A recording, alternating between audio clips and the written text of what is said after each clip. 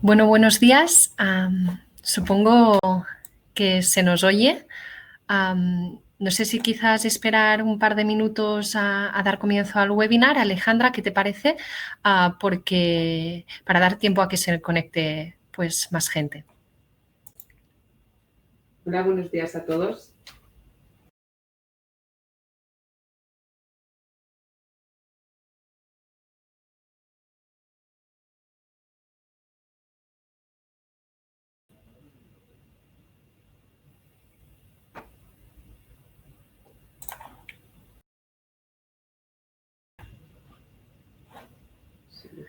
Vale, pues si os parece, vamos ya a dar comienzo.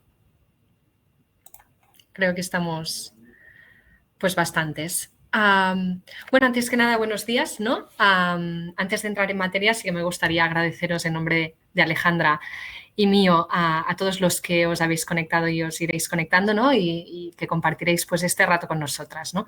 Y aunque, bueno, quizás algunos de vosotros ya lo sabéis, las dos somos abogadas laboralistas de Grant Thornton, y para aquellos que aún no hayáis tenido la ocasión, pues aprovecho también para presentaros oficialmente a Alejandra Sarrat, con quien compartiremos este webinar, puesto que, bueno, se ha incorporado a la firma hace pocas semanas y, de hecho, en plena crisis del coronavirus, ¿no? De manera que realmente no hay nadie más adecuado que Alejandra para participar en el webinar sobre esta materia, ¿no? Del entorno digital, ya que has podido experimentar de primera mano, ¿no? Las ventajas y desventajas de esta superdigitalización a la que estamos expuestos actualmente, ¿no? Desde el inicio de su colaboración con Grant Thornton. Y bueno, dicho esto, el objetivo principal de este webinar va a ser identificar y desgranar un poco las medidas que consideramos clave implementar, ¿vale? A nivel de empresa para adaptar las relaciones laborales al entorno digital, ¿no? Que cada vez gana más importancia y realmente al que cada vez se hace más ineludible adaptarnos. En este sentido, bueno, es verdad que hace ya años, ¿no? Muchas organizaciones y empresas en nuestro país han empezado procesos de transformación digital transversales, ¿no? Que afectan, de hecho, a todas las áreas de las empresas y organizaciones, ¿no? Desde marketing, pasando por la digitalización de procesos internos, pero quizás, lo hablábamos con Alejandra justo antes del webinar, una de las áreas en las que la digitalización ha evolucionado quizás más lentamente, ¿no? Es precisamente la que concierne a las relaciones laborales, ¿no? Es verdad que usamos cada vez más la tecnología en el trabajo y que realmente esto es algo apreciable en todos los sectores de actividad, pero realmente esto no se ha traducido en cambios sustanciales en la forma de organizar el trabajo, ¿no? Que en cierta medida pues sigue siendo altamente presencialista, ¿no? Y muy enfocado al cumplimiento de horarios de trabajo estrictos más o menos y al control real del trabajo ligado al tiempo que invertimos en el mismo, ¿no? Y tengo la sensación, que creo que compartida también con Alejandra, que en este proceso de transformación digital, pues quizás nos ha faltado impulsar lo que llamamos el kit, ¿no? De la digitalización en el marco de las relaciones laborales, ¿no? Que es realmente el teletrabajo. Esto, además, era especialmente cierto, al menos hasta el pasado mes de marzo, ¿no? Porque realmente cuando se inició toda la crisis del coronavirus, rápidamente y en la mayoría de los casos, dada la urgencia sin planificación previa, pues hemos implantado de forma muy mayoritaria el teletrabajo, pero como decía, por la urgencia quizás no hemos podido hacerlo con las herramientas y garantías necesarias para asegurar que dentro de las empresas se cumplía un objetivo fundamental, ¿no? Y que es, en primer lugar, cumplir estrictamente con la normativa laboral en todos sus ámbitos, en la aplicación del teletrabajo, y veremos, de hecho, en este webinar que realmente el teletrabajo impacta en muchísimas áreas del entorno laboral, más allá de la propia organización del trabajo. Y, en segundo lugar, poder ganar en flexibilidad y optimización, ¿no? Del tiempo y, por tanto, en una mejora de la productividad. Solo para Para que os hagáis una breve idea, según veis en pantalla, pues el Instituto Nacional de Estadística publicó un informe en el que consta que en el año 2019, es decir, hasta hace bien poco, solo el 4,8% de los trabajadores en España pues trabajaban normalmente desde casa, ¿no? Y normalmente refiriéndose a más de la mitad de los días de trabajo. Y el 3,5% lo hacía de forma ocasional. Mientras que en países de nuestro entorno europeo, ¿no? Luxemburgo, Países Bajos, estos porcentajes alcanzaban entre el 11 y el 14%. Esto hasta hace pocos meses, ¿no? Es verdad que pues a raíz de la crisis del coronavirus todo esto ha cambiado de forma brutal y de hecho el teletrabajo ha aumentado de forma muy notoria en todos los sectores o prácticamente todos los sectores de actividad, ¿no? Y ya antes incluso de que el gobierno aprobara normativa específica, ¿no? Para otorgar un carácter preferente al teletrabajo, muchas empresas españolas se habían adelantado y habían empezado a facilitarlo a sus plantillas para evitar pues, el riesgo evidente de contagio, ¿no? Y no disponemos todavía de datos muy fiables, es quizás demasiado pronto, ¿no? para poder sacar conclusiones del impacto que esta pandemia habrá tenido realmente en el marco del teletrabajo y de las relaciones laborales, pero sí que hace escasas 3 semanas el Banco de España publicó un informe en el que ya se ponía de relieve que el 80% de las empresas que habían sido encuestadas habían manifestado pues, haber aumentado, ¿no? El nivel de teletrabajo desde el inicio de la crisis del coronavirus.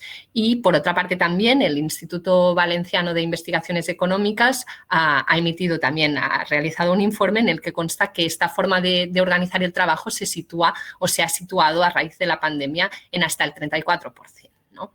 Y bueno, pues esta inmersión casi forzada, ¿no? Que hemos tenido al teletrabajo ha sido realmente brutal y ha llevado a muchísimas empresas, ¿no? a plantearse quizás implementar el teletrabajo más allá de la situación en la que nos encontramos todavía, ¿no? De crisis sanitaria. Este ha sido un poco el motivo por el cual cuando con Alejandra nos planteábamos hacer un webinar, pues nos ha parecido que sería de interés hacerlo sobre esta materia, ¿no? Y simplemente para centrar, es verdad que la implementación del teletrabajo en las empresas puede analizarse desde multitud de ópticas y que realmente es un tema que da para hablar horas y horas, ¿no? Pero en esta ocasión Alejandra y yo nos vamos a centrar en uno de los aspectos que consideramos más fundamentales desde el punto de vista empresarial, ¿no? Que es cómo lo hacemos para adoptar aquellas políticas internas más fundamentales y necesarias que nos permitan pues, actuar con la máxima seguridad jurídica en materia laboral a la hora de implantar el teletrabajo. Y lo haremos intentando estructurar este webinar en 4 preguntas básicas, ¿no? En primer lugar, abordaremos brevemente simplemente qué es el teletrabajo para situarnos y luego haremos una breve referencia a cuál es el encaje que el teletrabajo tiene en el contexto normativo actual. En este sentido, simplemente apuntar que, como la mayoría sabréis ya, el Real Decreto Ley 8/2020, que fue aprobado por el Gobierno a mediados de marzo, estableció ya una normativa específica en materia de trabajo a distancia, del cual el teletrabajo es un subtipo, ¿no? Que se aplica preferentemente hasta el 21 de septiembre próximo, ¿no? Y a ello nos referiremos. Seguidamente vamos a abordar ya las cuestiones más principales del webinar, empezando por analizar cuál es la regulación general que tenemos en la materia, ¿no? Y aquella que, por tanto, nos vinculará más allá del 21 de septiembre.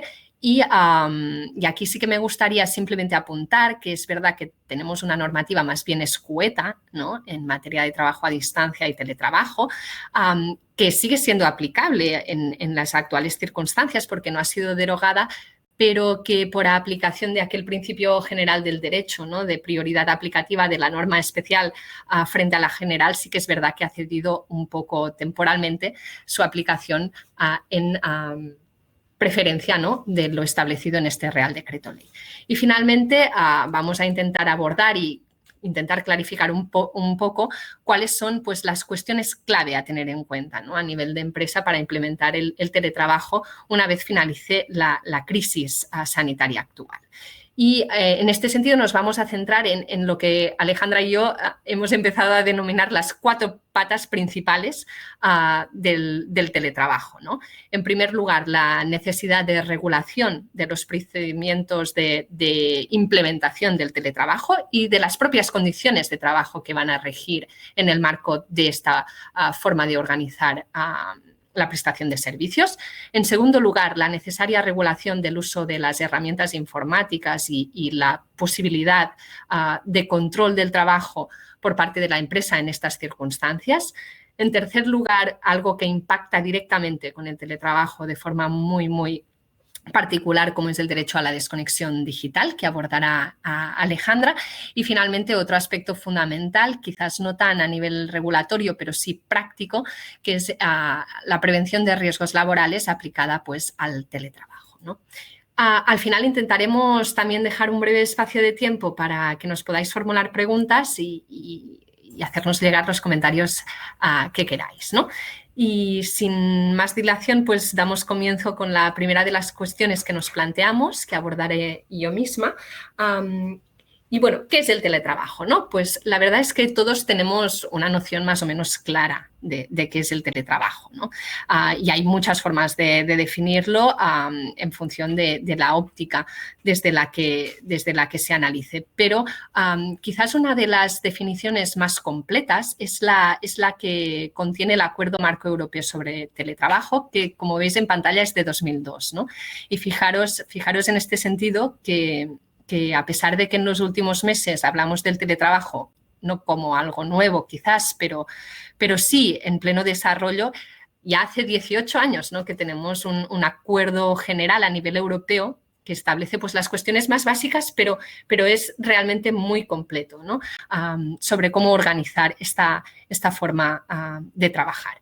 Y bueno, como veis en pantalla, el Acuerdo Marco Europeo define el teletrabajo como una forma de organización del trabajo, utilizando las tecnologías de la información en el marco de un contrato. Y dice el acuerdo, en la cual un trabajo que podría ser realizado igualmente en los locales de la empresa se efectúa fuera de estos locales de forma regular. Básicamente, pues, las 3 nociones básicas del teletrabajo es que, en primer lugar, es una forma de organizar el trabajo y, como tal, es voluntaria.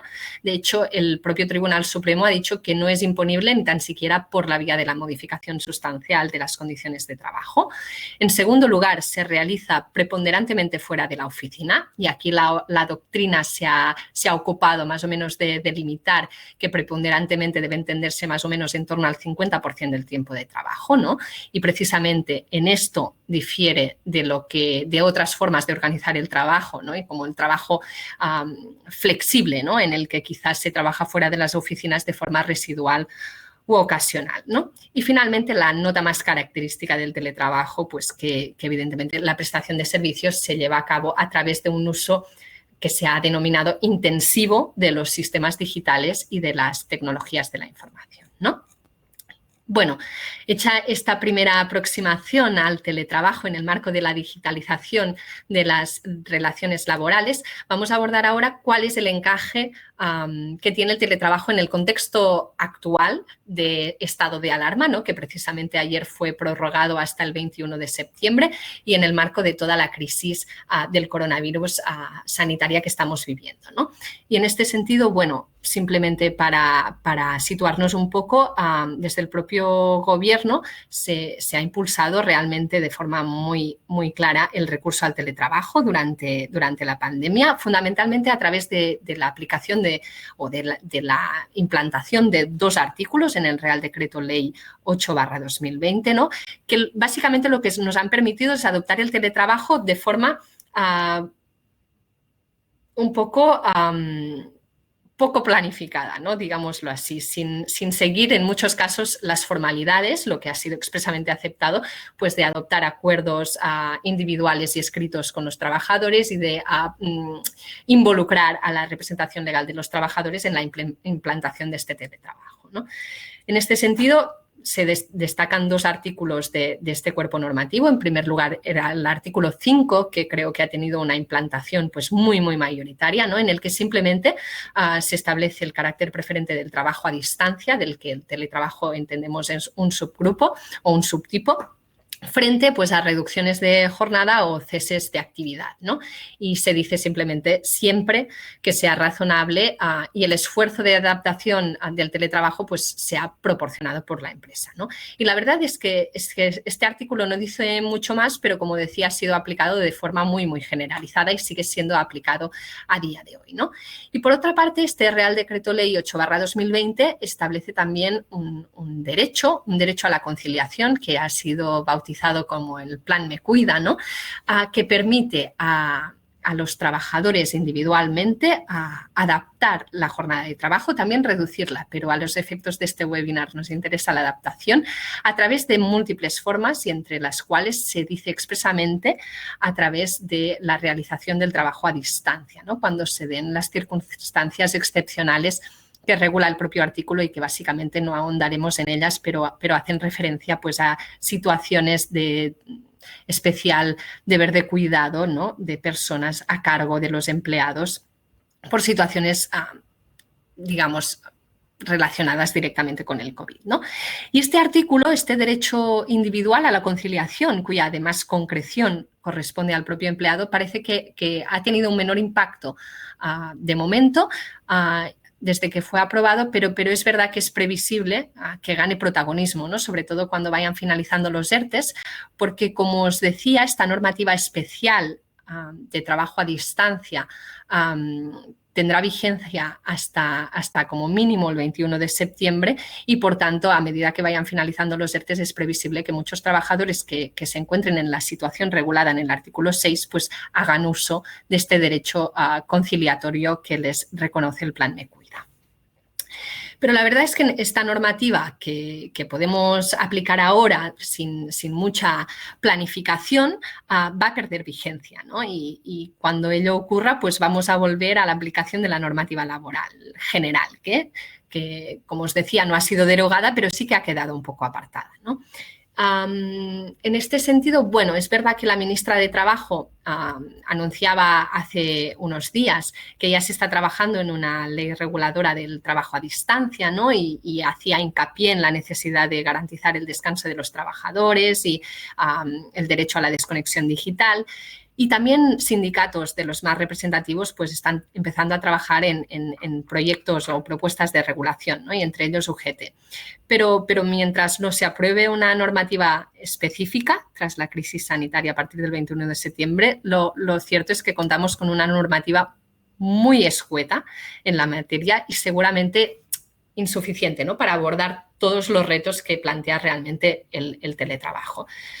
La normativa es fundamentalmente un solo artículo, ¿no? Que es el 13 del Estatuto de los Trabajadores y regula el trabajo a distancia, ¿vale? Simplemente prevé pues, 3 cuestiones básicas. En primer lugar, que es una forma de organizar el trabajo que debe acordarse necesariamente por escrito. Insisto aquí que no puede imponerse ni por la vía de la modificación sustancial. Que la empresa debe asegurar que el espacio de trabajo se adecúa a las normas en materia de prevención de riesgos laborales, lo cual después abordará Alejandra, y que evidentemente los teletrabajadores deberán tener los mismos derechos que los trabajadores que prestan servicios de forma presencial, ¿no? Y aparte de esto, pues no tenemos más regulación. Sí que la Ley Orgánica de Protección de Datos contiene 2 previsiones específicas a las que también nos referiremos y que tenemos el Acuerdo Marco Europeo de Teletrabajo, ¿no? Que aunque sirve de guía, pues la verdad es que no es jurídicamente vinculante, ¿no? Aunque realmente ha sido interpretado por nuestros propios tribunales y, por tanto, es un acuerdo al que la jurisprudencia sí que está dando valor. También hay algunos convenios colectivos sectoriales que empiezan a fijar previsiones específicas en materia de teletrabajo, pero es verdad que en general suelen ser poco concretos y remitirse simplemente a lo que acuerden finalmente las partes, ¿no? Con lo cual, bueno, tenemos una regulación más bien genérica, escueta y seguramente insuficiente, ¿no? Y ante esta situación, pues realmente, si lo que queremos es intentar explorar en nuestra organización, empresa o implantar el teletrabajo de ahora en adelante, ya sea de forma parcial, o total, más allá de acordar, ¿no?, de formalizar los acuerdos individuales con los trabajadores y de involucrar a la representación legal de los trabajadores antes de su implantación para que, bueno, si así lo decide, emita un informe previo al respecto. Lo que es altamente recomendable, casi imperativo, es iniciar un proceso de implantación del teletrabajo organizado desde casi ya, si lo que queremos es implantarlo a partir de septiembre, ¿no? Y en primer lugar, aquí, en este proceso de implantación, lo fundamental será valorar los intereses que a nivel de cada empresa pues pueda requerir, o sea, los intereses que podemos tener, ¿no?, en cada empresa particular para implantar el teletrabajo, ¿no? Y haciendo una ponderación pues de pros y contras, os hemos puesto algunos de los que suelen ser más recurridos, ¿no?, y más que se han identificado de forma más clara por doctrina y expertos en la materia, pero insisto en que es un análisis casuístico que deberá hacer cada empresa, ¿no? Y en cualquier caso, apuntar que empieza a haber estudios, ¿no?, que lo que dicen es que realmente la combinación óptima es, que la solución óptima a la implementación del teletrabajo es hacerlo de forma combinada, ¿no? Combinando el trabajo en la empresa y el teletrabajo de manera que se puedan aportar en esta forma de organizar el trabajo las cosas buenas de las dos vías, ¿no? En segundo lugar, será imprescindible hacer un diagnóstico específico, también adaptado a cada empresa, ¿no?, en el que identifiquemos los puestos de trabajo que pueden adaptarse al teletrabajo y además qué trabajadores, ¿no?, pueden ser elegibles. Y en este punto sí que me gustaría incidir en que también hay estudios, ¿no?, ya o informes que empiezan a poner relevancia en el hecho de que no todos los trabajadores son idóneos para teletrabajar, ya que, bueno, esta forma de organizar el trabajo requiere de unos skills determinados, ¿no? Por ejemplo, se me ocurre un nivel alto de autonomía, una capacidad de planificación, de priorización de tareas que realmente no todos los empleados tienen, ¿no? Y finalmente, una vez elaborado el diagnóstico, lo fundamental, diseñar una política integral del teletrabajo, no ante esta regulación que poco nos dice, que nos permita adoptar un marco genérico para implantar el teletrabajo en nuestra organización, ¿no? Y si es necesario, puede ser incluso recomendable, antes de implantarlo de forma definitiva, pues establecer una prueba piloto o con un sistema de evaluación, ¿no?, y seguimiento para ver cómo se implementa realmente el teletrabajo. Centrándonos ya, ¿no?, en el contenido básico, fundamental que este acuerdo marco de teletrabajo debería tener, identificamos lo que antes ya he referido como las 4 patas principales del teletrabajo, ¿no?, a incluir en este acuerdo marco, que como veis son, en primer lugar, la regulación sobre las condiciones de acceso al teletrabajo y condiciones de trabajo. Recordamos que aunque implementemos un acuerdo marco, el teletrabajo es algo que debe acordarse finalmente a nivel individual entre empresa y trabajador, con lo cual es importante establecer las condiciones de acceso.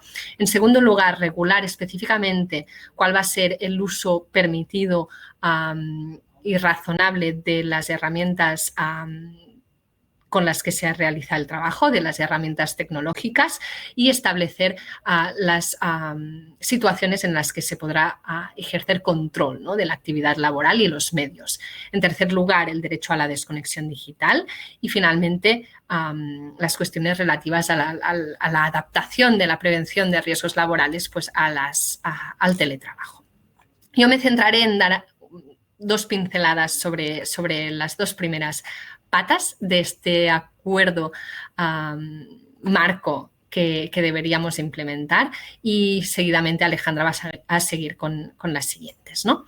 Bueno, en materia de regulación de las condiciones de acceso al teletrabajo y las condiciones de trabajo, la verdad es que no tenemos una normativa que apoye qué tenemos que regular, o sea, que nos ayude a entender qué tenemos que regular o no. Es verdad que conforme al acuerdo marco europeo debemos informar de cuestiones específicas al trabajador, las básicas, ¿no?, lugar de trabajo, jornada, retribución, pero además creo que vale la pena abordar algunas cuestiones sí o sí en este acuerdo marco. En primer lugar, por ejemplo, estableciendo un procedimiento para acceder al teletrabajo, ¿no? Si se va a hacer mediante una solicitud normalizada, qué criterios se van a tener en cuenta, quién será el órgano dentro de la empresa que va a evaluarlo,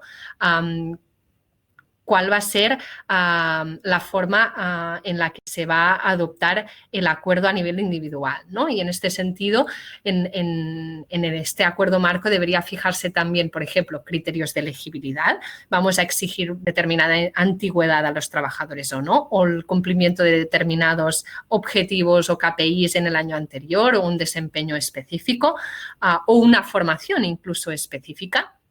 ¿Cuál va a ser la vigencia general de los acuerdos que se firmen? ¿Van a ser con carácter indefinido por periodos de tiempo determinados? Vamos a establecer quizás un periodo de prueba. Todo esto es importante que lo regulemos en el acuerdo marco, ¿no? Para implantar el teletrabajo de forma uniforme y que realmente no incurramos en riesgo de discriminación, por ejemplo. Otra cuestión fundamental para mí es pactar condiciones de reversibilidad del acuerdo. Por ejemplo, si se detectan incumplimientos laborales graves por parte del trabajador que aconsejan que vuelva a prestar servicios de forma presencial, pues creo que es importante que se regulen las circunstancias que podrían dar lugar a esta reversibilidad. Otras cuestiones a regular en el acuerdo, pues la modalidad de teletrabajo que se va a implementar va a ser a tiempo parcial, a tiempo completo, el horario de trabajo, ¿no? Vamos a mantener un horario de trabajo, digamos, cerrado, vamos a implementar un horario de trabajo flexible. En este punto apuntar que esto deberá adaptarse según el puesto de trabajo, ¿no? Evidentemente, pero que el teletrabajo no es incompatible con establecer un horario cerrado de oficina si ello es necesario. Y que de hecho ya ha habido alguna sentencia reciente que ha avalado el despido de teletrabajadores que incumplían su horario de trabajo, ¿no? Otras cuestiones fundamentales a tener en cuenta, pues la obligación de registro de jornada, ¿no? Que deberemos adoptar si ya tenemos la política a la que estamos obligados en la materia, adaptarla también para que sea aplicable en el teletrabajo. Fundamental, el lugar en el que se van a prestar los servicios. Y aquí puede parecer una estupidez, pero realmente es un tema muy, muy importante que se fije específicamente los lugares donde va a estar permitido realizar el teletrabajo. ¿Por qué? Porque ello impacta muchísimo en materia de prevención de riesgos laborales, como referirá Alejandra, pero también puede tener un impacto en materia de cotización o incluso, se me ocurre, en materia de tributación, ¿no? Si no le decimos nada a nuestro teletrabajador y permitimos que teletrabaje desde donde quiera, por ejemplo, Francia, ¿qué va a pasar si lleva tanto tiempo en Francia teletrabajando que ha quizás adquirido la condición de residente fiscal, ¿no? Entonces, muy, muy importante también delimitar los lugares en los que se va a permitir el teletrabajo. Y por último, también como cuestión básica de las condiciones de trabajo que van a regir durante el teletrabajo, vamos a fijar una compensación por gastos, cómo va a ser una indemnización a tanto alzado o cualquier otra fórmula, y cómo va a ser el sistema de retribución, ¿no? Si vamos a mantenerlo por tiempo de trabajo o quizás ligado a las obras, ¿no? Y por tanto a los proyectos que se encarguen al teletrabajador. Todas estas son cuestiones que realmente no estamos obligados sí o sí a prever, pero que si no regulamos pueden acabar generando derechos adquiridos, ¿no? por los trabajadores y que luego sean irreversibles realmente por parte de la empresa. Se me ocurre, por ejemplo, este ejemplo del lugar de trabajo, ¿no? Si yo he permitido durante 2 años que el teletrabajador preste servicios desde Francia, seguramente después voy a tener dificultades importantes para poderle exigir que vuelva a prestarlos presencialmente o desde España.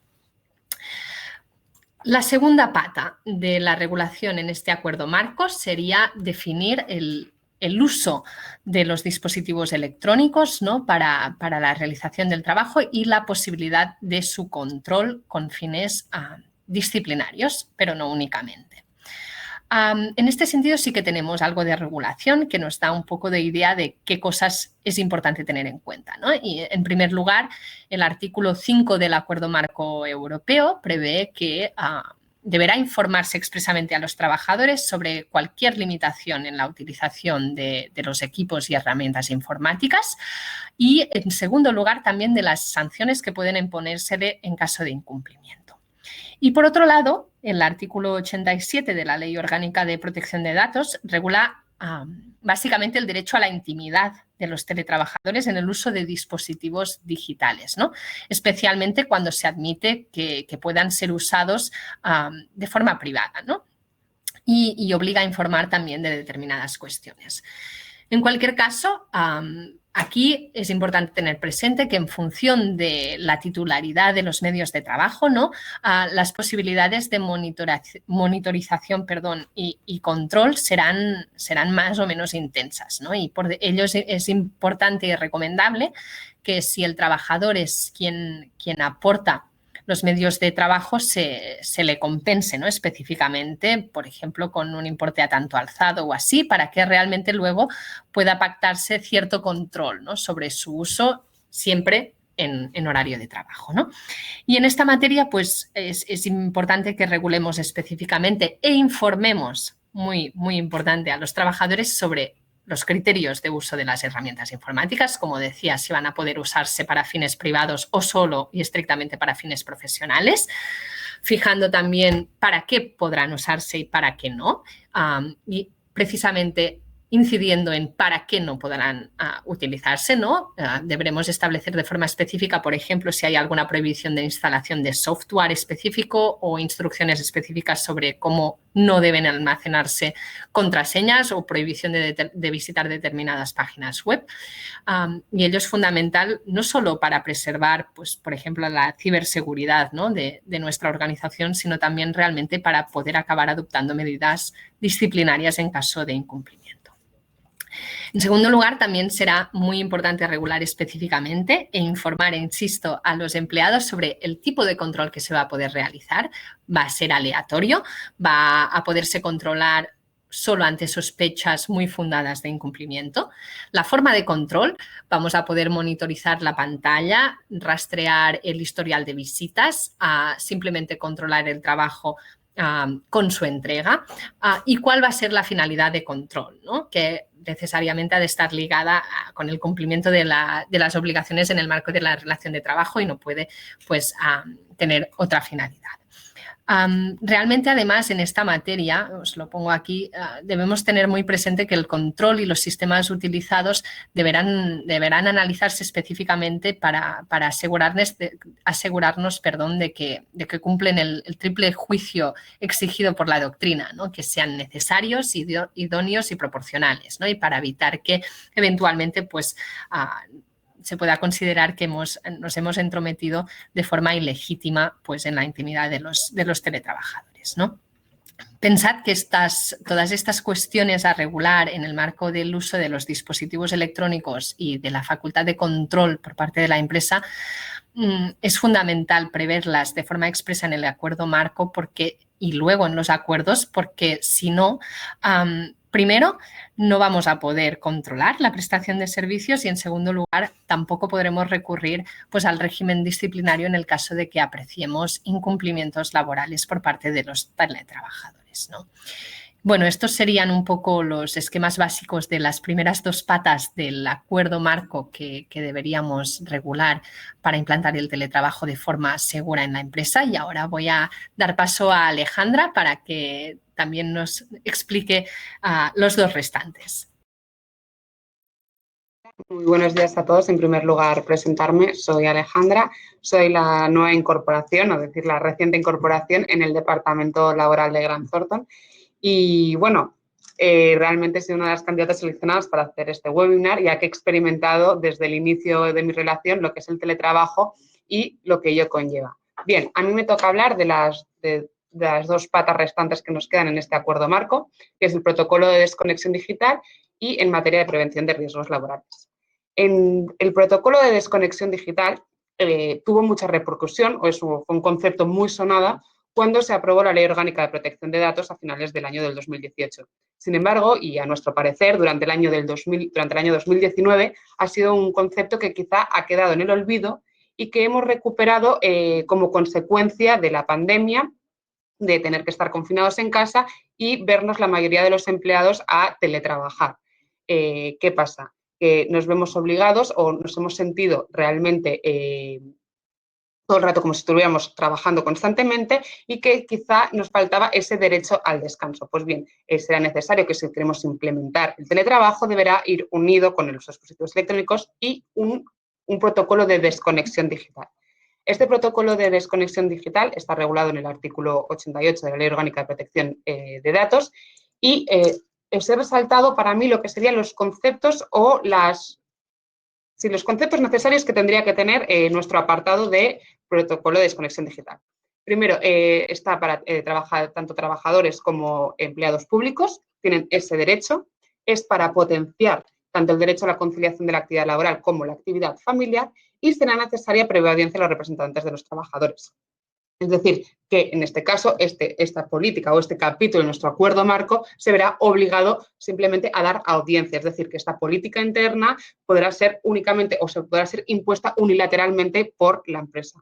Dicho esto, como podéis observar, no existe un concepto que defina exactamente qué es el derecho a la desconexión digital, sin embargo, nuestra doctrina se ha encargado de decir cuál es ese concepto que yo lo he manifestado para mí como es el objetivo de este protocolo, que es el derecho a disfrutar el tiempo de descanso sin intromisiones del trabajo a través de dispositivos tecnológicos.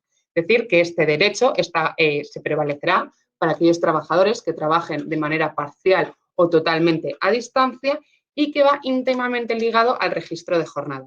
Es decir, durante el año 2019 nos hemos encontrado todas las empresas que se ha tenido que implementar un protocolo de registro de jornada y, por tanto, se deberá acoplar dentro del registro de jornada un protocolo de desconexión digital y todo ello ligado, como decimos, a un acuerdo de teletrabajo. ¿El por qué estos conceptos tienen que ir íntimamente ligados? Por cuanto cuando finaliza uno, se inicia otro. Es decir, cuando finaliza mi jornada, empieza el derecho a la desconexión digital. Por tanto, entendemos que en el caso que aquellas empresas no tengan regulado, no tengan previsto este protocolo de registro de jornada, también se debería incluir dentro de este acuerdo de teletrabajo. Bien, una vez ya definido un poco qué es este concepto o qué medidas son necesarias, vamos a ver cómo lo implementamos o cómo lo hacemos en nuestra empresa. En primer lugar, como bien hemos hecho con el teletrabajo, en este caso, otra vez tenemos que hacer un diagnóstico de nuestra empresa, basándonos en dos conceptos fundamentales. Por un lado, ¿qué usos de dispositivos electrónicos utilizan los empleados que van a teletrabajar? Es decir, utilizan o que trabajan o que estudian fuera de las oficinas, es decir, móviles, tablets, ordenadores, etcétera, todos aquellos dispositivos. Y por otro lado, ¿qué jornada u horario realizan? Si finalizan a las 6, a las 8. Es decir, necesitamos estas dos variables y con esas dos variables vamos a implementar las medidas necesarias. Como veréis aquí reflejado algunas de las medidas que se han hecho en los acuerdos y entre ellas son las que más en común están en todos los acuerdos de la empresa, diciendo que hay que garantizar y respetar el derecho de las vacaciones y permisos retribuidos. En este sentido, cabe decir que lo que tenemos que decir es que se evitará en todo momento contactar, con los trabajadores, establecer un horario. En este caso será totalmente el opuesto al de registro de jornada. Por ejemplo, decir que a partir de las 6:30 de la tarde cualquier mando directivo o jefe superior jerárquico evitará el envío de correos electrónicos o WhatsApp y establecer cuándo finaliza, al día siguiente a las 7:30 de la mañana o a las 8 de la mañana, evidentemente dependiendo del horario que tengamos en la empresa. Por otro lado, el uso adecuado de los medios informáticos. Como bien hemos dicho, esto va a colación con el uso de dispositivos electrónicos, establecer una política de reuniones internas. Esta política lo que se intenta garantizar es que se establezcan unas reuniones dentro de nuestra jornada laboral para así evitar que se pueda entrometer dentro de esta desconexión digital. Esta política no solo va a ser con el propio personal de la compañía, sino también con clientes. Es decir, si yo trabajo de 9 a 6, evitar poner una reunión a las 5:30 sabiendo que esta reunión va a durar 2 horas. ¿Por qué? Porque ya estaríamos entrometiendo en la finalización de la jornada y el inicio de nuestra desconexión digital. Por otro lado, creo que es importante definir el régimen sancionador. En este sentido, poner una cláusula que se prevea que no se va a sancionar a ningún trabajador que no conteste durante el tiempo que esté en desconexión digital. Y por otro lado, que creo que va ligado también es definir el concepto de fuerza mayor. Es decir, en este caso lo que tenemos que establecer y para mí es un aspecto muy importante, cuándo la empresa podrá vulnerar de manera legal o esté prevista este derecho de desconexión digital. Es decir, ¿qué se entenderá por fuerza mayor y cuál es el procedimiento de llamada al trabajador? Es decir, en este sentido, por ejemplo, el trabajador nos podrá facilitar su número de teléfono particular y el mando directo podrá llamarlo y decirle, pues tienes que hacer no sé qué. Nos podrá facilitar una cuenta de correo electrónica privada. Es decir, tenemos que establecer también tanto cuál es el concepto de fuerza mayor y cuál es el procedimiento de llamada. En tal caso, el trabajador poder conocer de cuándo podrá ser avisado y se podrá vulnerar, hablo de vulneración, que quizás es una palabra, o incumplir este derecho de desconexión digital. En fin, esto es un protocolo que es necesario, que es obligatorio, y quizá la pregunta ¿es necesario que un acuerdo del teletrabajo implante un protocolo de desconexión digital? ¿Qué pasa si no lo implanto? ¿Puedo ser sancionado? Pues bien, la pregunta es sí.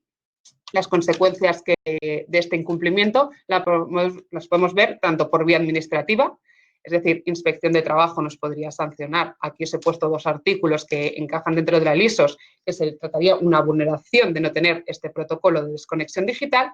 Y por otro lado, como no puede ser de otra forma, nuestros tribunales también nos podrían estimar una sentencia condenatoria. En el caso de que el trabajador se le haga un burnout o tenga un estrés, deberíamos indemnizar con daños y perjuicios a este trabajador en el caso de no tener un protocolo. Por tanto, entiendo que dentro de este capítulo de implementar un acuerdo de teletrabajo es necesario, es obligado cumplimiento hacer este protocolo de desconexión digital. Es decir, que la Ley Orgánica de Protección de Datos en diciembre de 2018 se basa todo un capítulo en garantizar estos derechos digitales y si lo que queremos hacer es implementar en una empresa toda esta nueva era digital, necesitaremos dichas regulaciones. Dicho esto, acabaríamos ya lo que son para mí los 3 capítulos necesarios, las 3 políticas internas, que son el acuerdo del teletrabajo, el uso de los dispositivos y el de desconexión digital. Y ahora es qué pasaría en materia de prevención de riesgos laborales. Es decir, voy a hacer que como me ha estado funcionando en la pandemia el teletrabajo, lo voy a continuar o lo quiero implementar de manera permanente, ¿cómo va a afectar esto en materia de prevención de riesgos laborales? Es decir, que el Real Decreto 8/2020, en un primer lugar, nos ha dejado que actualmente todas aquellas personas que estemos teletrabajando, hacer un modelo de autoevaluación que además era de manera voluntaria, es decir, no podíamos entregar al trabajador que estaba teletrabajando este modelo de autoevaluación y él mismo podía de manera voluntaria cumplimentarlo. ¿Qué pasa si lo hacemos de manera permanente? Es decir, ¿me sirve este modelo de autoevaluación? La respuesta, ya os digo que es que no, pero tampoco tenemos una regulación específica de qué se necesita en materia de teletrabajar. Ante ello, como siempre, nos podemos ir al artículo 8 del Acuerdo Marco, que comparte con el artículo 14 de la Ley de Prevención de Riesgos Laborales, y es que en ambos preceptos lo que se regula es que el empresario debe garantizar la seguridad y salud de los trabajadores a su servicio en todos los aspectos. Entonces, está claro y es evidente que también nos tendremos que preocupar de que todos aquellos trabajadores que le trabajan en casa estén garantizada su seguridad. ¿Cómo hacemos esta evaluación de riesgos laborales? Pues bien, tenemos 2 maneras. La primera, que para mí la podría llamar la evaluación más débil, es entregar unas instrucciones y una formación al trabajador y, a su vez, darle a cumplimentar un modelo de autocomprobación, es decir, después de hacer una serie de formación, decir que si lo cumple o no estos requisitos. Por otro lado, y que para mí quizás la más segura, es solicitar del empleado el consentimiento libre y no condicionado de que una persona, ya sea del servicio propio o ajeno de prevención, vaya al domicilio que designe el trabajador, y por eso era súper importante lo que decía María, de que hay que designar un domicilio o un lugar de trabajo, vaya y compruebe que realmente cumple con los requisitos de seguridad en el trabajo. Parece que sea una medida muy llamativa, una medida muy drástica y que pocas empresas, pero realmente es la medida que más se está utilizando por las grandes empresas que tienen una parte esencial de su plantilla teletrabajando. Es decir, para garantizarnos que realmente nuestros trabajadores están seguros y que cumplen con todas las medidas de prevención, será necesario quizá entrar en el domicilio del trabajador. Evidentemente, existe el requisito de la inviolabilidad del domicilio y por eso necesitamos un acuerdo o un pacto expreso del trabajador. Pero ¿esto qué nos llevará? Y ya por último, para mí, que es la parte más esencial, a evitar conocer cuándo estamos en un accidente de trabajo y cuándo estamos en un accidente doméstico. Es decir, para mí una parte esencial en materia de prevención de riesgos laborales y que con la implementación del teletrabajo en muchas de las empresas nos vamos a encontrar es saber si es un accidente de trabajo o es un accidente doméstico. Hasta el día de hoy, cuando el accidente, cuando ocurría durante la jornada de trabajo en las dependencias de la empresa, era evidente que se trataba de un accidente de trabajo, aunque sea un simple resbalón. ¿Y ahora qué pasará si, por ejemplo, ese resbalón lo tiene el trabajador en su casa?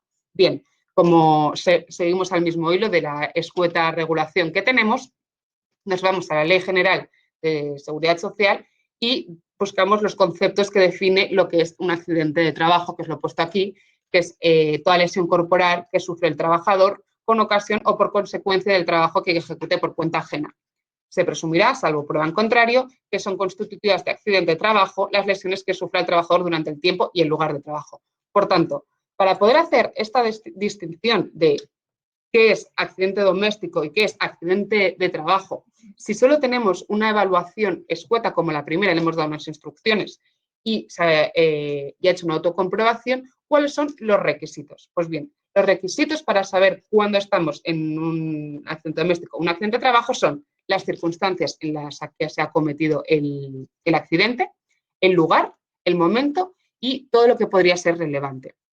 Las circunstancias, es decir, pues si por ejemplo tiene fatiga visual o por ejemplo se trata de un tema de estrés, es evidente que también lo podríamos ya relacionar directamente con accidente de trabajo. Pero ¿qué pasa con el lugar y el momento? El lugar viene otra vez y damos la importancia a establecer un lugar donde el trabajador prestará servicios. ¿Y por qué? Porque quizás si es en otro punto del domicilio podemos entender o no podemos llegar a entender que se trata de un accidente de trabajo.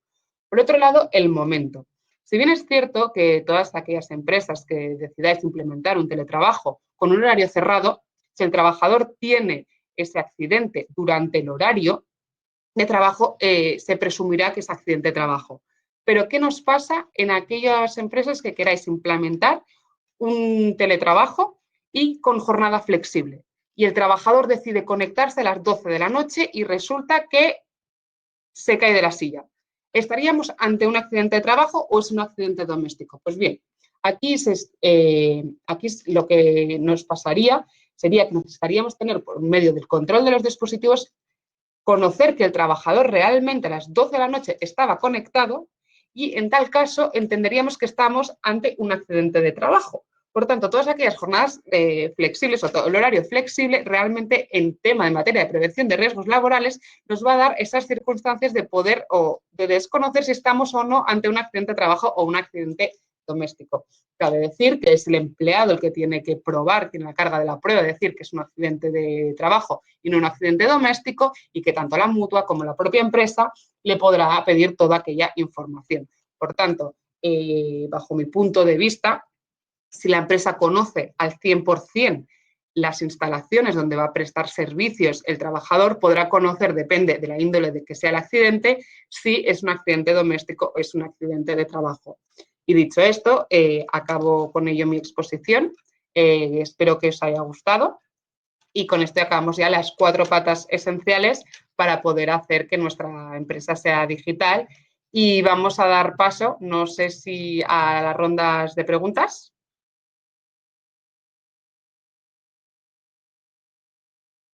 A ver si, pues, la verdad que sorprendente. María. Sí.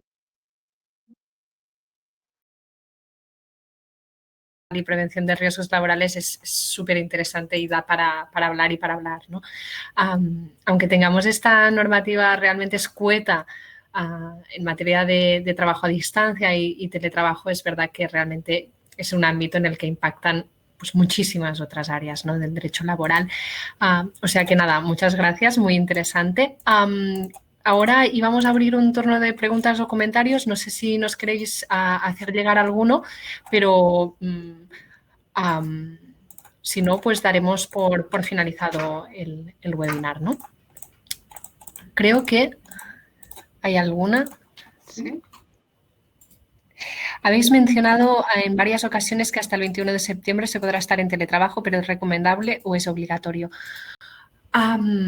Es preferente, no es ni recomendable ni obligatorio como tal, ¿no? Es un derecho, es una preferencia para el teletrabajo ante cualquier otra situación de reducción de jornada o cese de actividad. La verdad es que si lo podemos mantener es realmente recomendable, ¿no? Para seguir pues, adoptando protocolos que nos permitan garantizar la seguridad y salud de nuestras plantillas, pero no es obligatorio, ¿no? Y de hecho es preferente siempre y cuando la adaptación al teletrabajo no suponga un esfuerzo desproporcionado por la empresa. Espero haber respondido a la pregunta. Y hasta el 21 de septiembre es porque realmente el Real Decreto Ley 8/2020, en el que se prevé esta preferencia por el teletrabajo, establece que durará un mes más después del estado de alarma, pero después el Real Decreto Ley 15/2020, si no recuerdo mal, lo extiende 2 meses más. Con lo cual, como está previsto que el estado de alarma finalice el 21 de junio, se alargaría esta previsión o esta preferencia por el teletrabajo hasta el 21 de septiembre. Por aquí hay otra pregunta que se dice que si la empresa está obligada a proporcionar silla, mesa, etcétera, adecuados para el trabajador en su casa. Bien, realmente la empresa no está obligada o así no hay ningún artículo normativo que nos obligue a entregarlos, pero estamos otra vez en lo mismo, es asegurarnos la seguridad de nuestro trabajador. Así que por ello insistimos en que si se quiere implementar el teletrabajo, regular todos estos aspectos y en tal caso, si se quiere hacer esa inversión de material, será un salvoconducto de cualquier lesión que pueda padecer nuestro trabajador, decir que la empresa le puso a disposición todos los medios necesarios y así garantizar la salud y seguridad. Pero insistimos que todo ello en verdad no es necesario. Sí que es verdad que, por ejemplo, podemos hacer, si entregamos la autocomprobación a nuestros trabajadores, primero una evaluación de instrucciones y luego la autocomprobación, podremos conocer cómo están teletrabajando nuestros trabajadores y quizá en aquellos que no tengan las herramientas o los usos adecuados, poder valorar de que la empresa haga esa inversión de proporcionarles mesas, sillas, etcétera. Esto ya lo dejamos a merced de cada una de las empresas, pero sí que es cierto que no existe una normativa que lo regule, pero sí que quizá con la autocomprobación nos podríamos ver abocados a poder darle esas herramientas. A ver, seguimos con las preguntas que están habiendo ahora.